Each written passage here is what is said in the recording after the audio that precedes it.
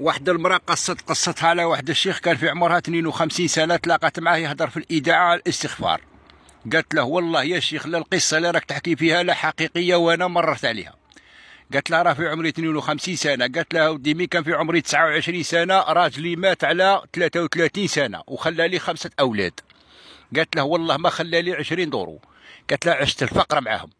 قالت له وليت نستغفر ربي سبحانه عز وجل وليت نقول استغفر الله العظيم واتوب اليه عده مرات. قالت له ولادي ولاو يكروها معايا بصح ما مش عارفين اش تاهي. قالت له ولادي صغار. قالت له 6 شهور. قالت له وانا عايش الفقر معاهم. قالت له كل يوم نلقط لهم وصابره وندعي في ربي ونستغفر ربي سبحانه عز وجل بزاف. قالت له واحد النهار اتصلت بيا شركه اجنبيه يخصها طرف تاع الارض. قالت له راجلي عنده طرف تاع الارض بعيد على المدينه ما كاش ليا عارفه.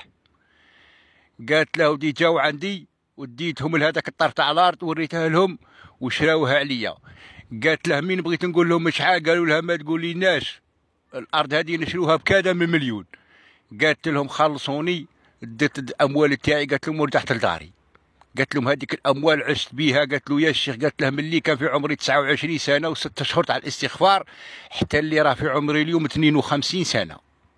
قالت له ودي الحمد لله يا ربي اليوم ولادي قالت له كاع راهم ساكنين بسكانهم وتزوجوا وولدوا. قالت له وانا راني في نعمه وما زلت ناكل من هذيك الاموال. قالت له ونشوف ولادي ولادي يلعبوا قدامي. اسمع الشعب الجزائري اسمع.